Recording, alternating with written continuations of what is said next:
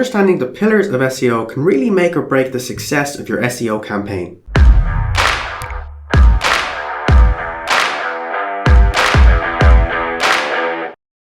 Hi everyone, my name is Paul Carey. I'm an SEO consultant here at Launch Site Boost. Now today I want to talk to you about the pillars of SEO. Now we've mentioned these a few times before, but very briefly.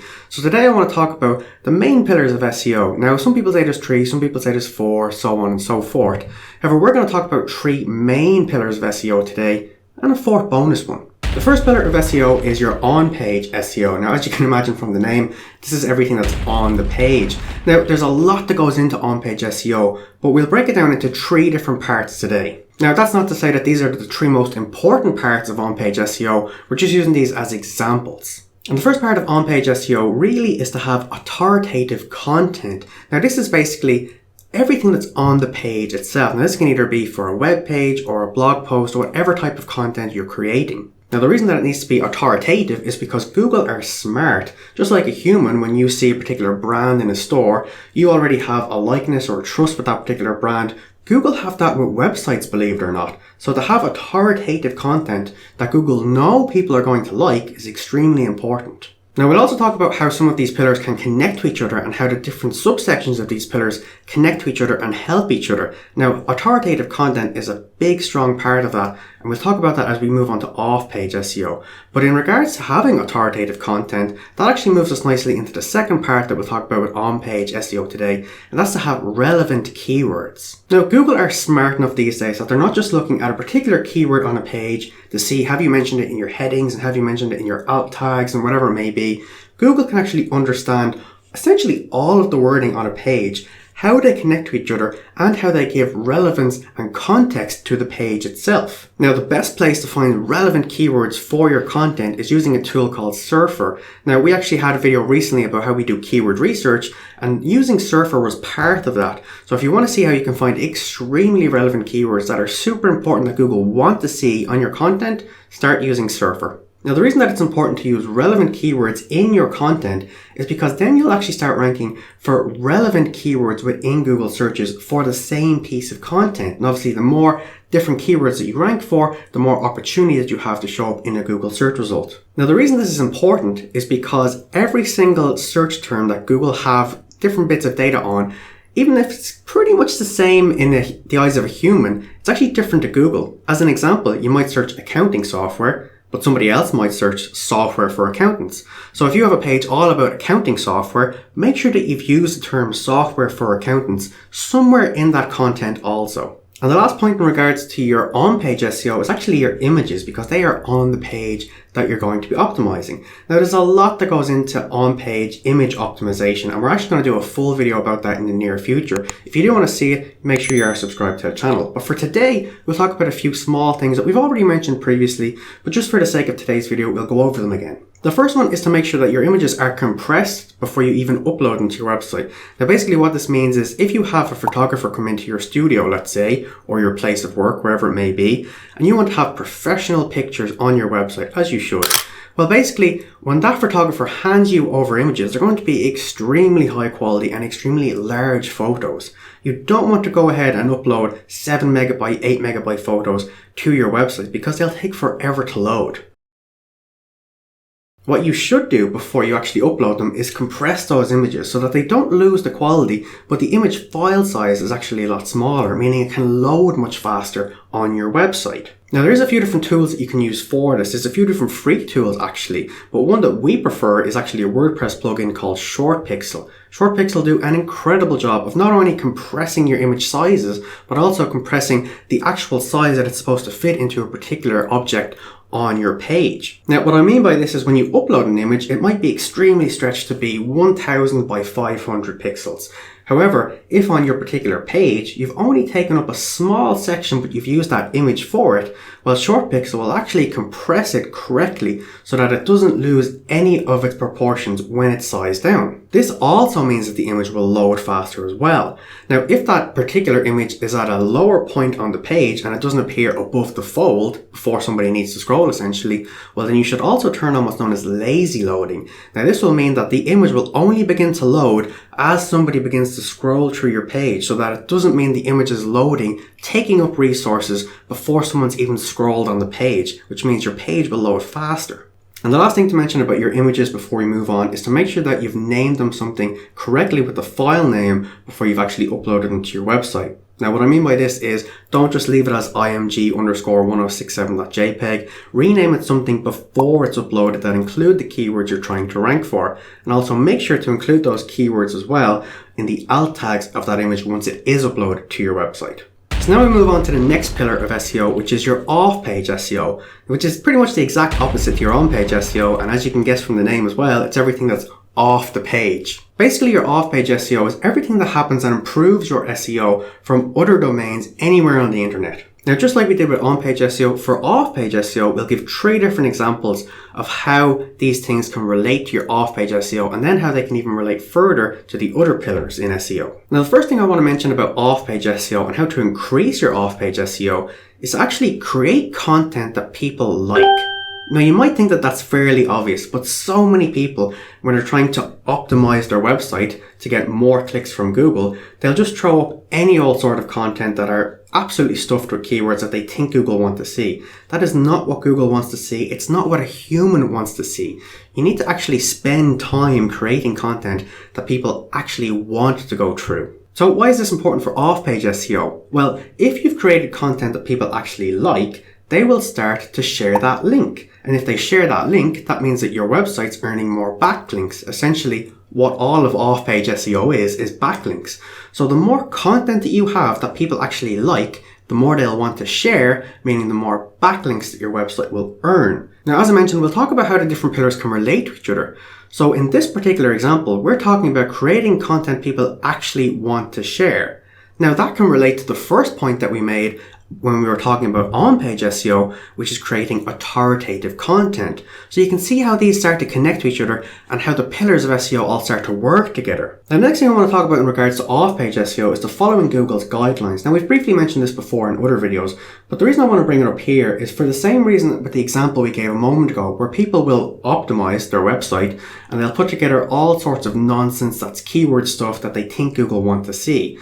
Well, when they've done that and they're not ranking for those particular pages that they've created and optimized, well then what they'll do is they'll start to then build links to those particular pages. However, these links aren't the kind of links that Google want to see. And I'll give you an example. Literally an hour before I started filming this video, we were talking to somebody who wanted to build links for us, and they showed us some previous examples of links that they had built. So when we actually looked into those links using Ahrefs, we could see the kind of links they were building. They were building essentially link spam. Now we could see exactly what they were doing, and I don't know if they knew that we would be able to check this, but they were building link spam. And we also sent them a message back to say that this is not going to work. This is going to be terrible in the future for the clients you've previously built links for. And basically we said to them that it's not acceptable. We also showed them that on the exact same day that Google released a spam update, that the traffic for the particular domain they've been building links for started to decrease and has been decreasing every day since. So that's why we're saying it's extremely important to follow Google's guidelines. There's particular guidelines, and these are public by the way, that Google want you to follow when building links to your website. And to finish off talking about off-page SEO, you might be wondering then, well, how do I get these links, or who should I be building links with, or how does it work? Well, the best way to check this is to have a look at the people who are already ranking on the page 1 positions, your competitors more than likely, and have a look at who's linking to them. Now, there is free ways of doing this. I do believe that Ahrefs have a free backlink checker, and they let you check the backlinks of the people who are ranking in the first 3 positions. However, if you do have a paid Ahrefs account, you can check the backlinks for people who are ranking page 1 to 10, positions 1 to 10, and so on and so forth. By checking these people, and specifically the people who are ranking page 1, positions 1 to 10, you'll be able to see who's linking to them, and if they're the kind of people you'd be able to get a link from also. So let's now move on to your technical SEO. That's the next pillar of SEO, and it's quite an important one, but it's quite neglected as well, because people are often scared off by the term technical SEO. Now, the first thing I want to talk about in regards to technical SEO is your site speed. Now, this is important because Google are actually looking at the speed at which your website loads to particular users, not only on desktops but on mobiles as well. Now you can actually check this for free using one of Google's incredible free tools, which is called their PageSpeed Insights. What I'll do is I'll actually leave a link to that in the description below. And this will give you a score from 0 to 100 for mobile and for desktop of how Google think your website loads. So going back to how the pillars of SEO all relate to each other, currently we're talking about site speed. And if you remember, when we were talking about your on-page SEO, we mentioned images and we mentioned compressing them so that they load faster. Well, that really affects the loading speed of the pages on your website. So you can see again, even with something such as on-page SEO as the pillar we were talking about there, we were talking about images, we were talking about compressing them so they load faster, and now we're talking about the pillar of technical SEO, and the first thing we talk about is site speed. So again, you can see how they all start to relate to each other. And the next thing I want to talk about in regards to your technical SEO is internal linking. Now we've mentioned this again previously, but we'll talk about it again because it's a big part of technical SEO and it's such a simple part of SEO to optimize for, because you of course have access to your website and you can build whatever internal links that you want. However, for whatever reason, people still don't do this. They don't take advantage of this, but Google and other search engines absolutely love to see internal links. Now, like we mentioned a few moments ago with the image optimization that we'll be making a full video all about that in the near future, we've actually got plans to make a full video all about internal linking and how that helps your SEO and what you can do to help your internal links and to help your SEO. So if you want to see that video as well, make sure you subscribe to the channel. But internal links are actually one of the easier parts of technical SEO because, as I mentioned, you have access to change these. Now, internal link basically just means that you've highlighted a piece of text on one page of your website that links to another page of your website. You're not linking to somebody else's website, they're not linking to you. These are all links that happen on your website, from your pages to your other pages. And the last thing to talk about in technical SEO is to use schema markup. Now, I'll be honest, this is one of the reasons people can be a bit more afraid of technical SEO, because this one does involve a bit of coding and involves a few changing of different things behind the scenes in the code of your website. However, there is some fantastic free tools out there that will help you with schema. So for example, one of the best things that we see with schema is to use FAQ schema markup. Now, if you've ever seen when you search something on Google, you see people also ask and it can expand. And you may also see that there's a couple of websites as well that not only does their website appear and their meta title, meta description, but underneath that, there's a couple of questions as well.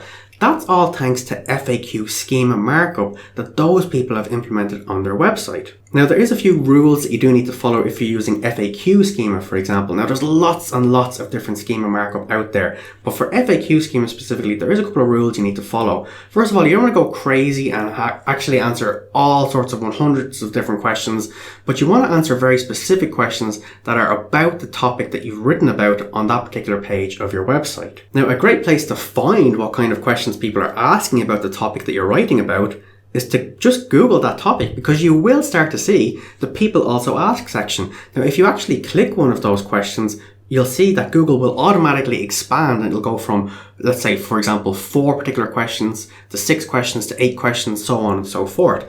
So you can actually get that data for free from a very, very quick Google search of what exact things people are searching and what things you will be able to answer on your website also, that will give you more real estate space to take up in the Google search results by just implementing FAQ schema markup. Now, schema is great because it really helps search engines get a better understanding of your website. It really helps them break down exactly what the website is about, who you are, what kind of content you're offering to people. It just really helps them connect the dots, and that's something that search engines want to see, because the better they can understand your website, the more they'll be able to push your website to people in the search results. So leveraging this sort of thing, even if it might seem scary at the start, having an understanding of it can really help you rank with your website. So now we've talked about on-page SEO, off-page SEO, and technical SEO, and a few different ways of how they can actually connect to each other and work together. But I did mention there's another particular pillar of SEO that most people don't talk about. Well, that's actually local SEO.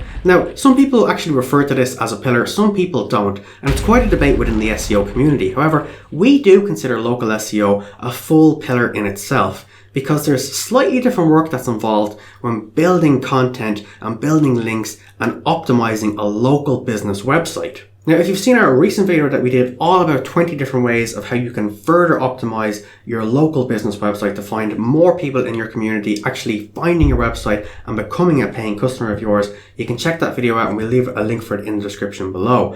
But there's a few things that we talked about there that we'll cover today as well, just so you have some examples of what's involved in local SEO. The first and most certainly the most important part of local SEO is to have a Google My Business listing, or a GMB profile as it's sometimes called.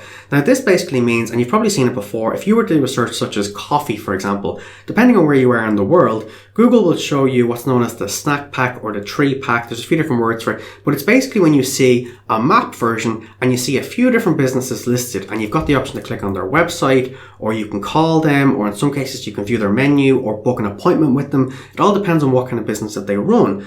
But all of this information is there because those people have set up and optimized their Google My Business profile. This is free to do. This is how you can be put on Google Maps, and basically it means that when somebody is searching for something that you provide in your area, which is also their area, well then they're able to actually see exactly where you are. This puts your business on the map, literally. So once you've also set up your Google My Business profile and you've optimized it correctly, the next part that you should move on to, and the next section that we're going to talk about in your local SEO pillar, is on your website, create location targeted landing pages. Now, what I mean by this is, if you're, for example, a chiropractor and you're based in Boston, make content and make a page all about chiropractor in Boston, because you have to remember that if somebody is searching that, they are searching for and need to use a chiropractor in Boston. If you have a page dedicated to that, and that's what somebody searches, Google's going to connect those dots fairly quickly,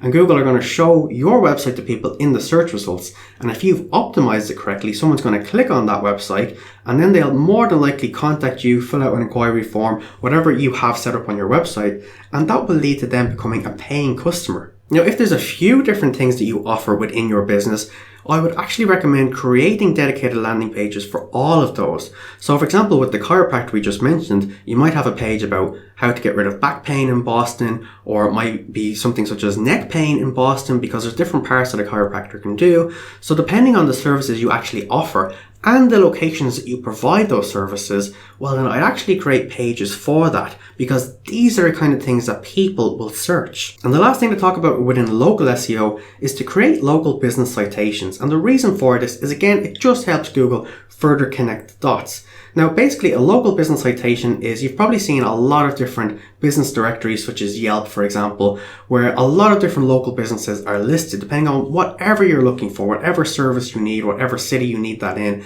There are loads of different websites where you can actually put in your information, such as your phone number, where you're located, your website, your email address, all of this sort of stuff. Now, the more of these websites that you can have your information on, to be honest, the better. And the reason for that is because it actually gives further trust signals to Google, so that when someone searches, for example, chiropractor in Boston, if you're also listed on all these other pages, they'll actually not only be mentioning you, but they'll also in most cases have links to your website as well, which can help Google and other search engines further connect the dots.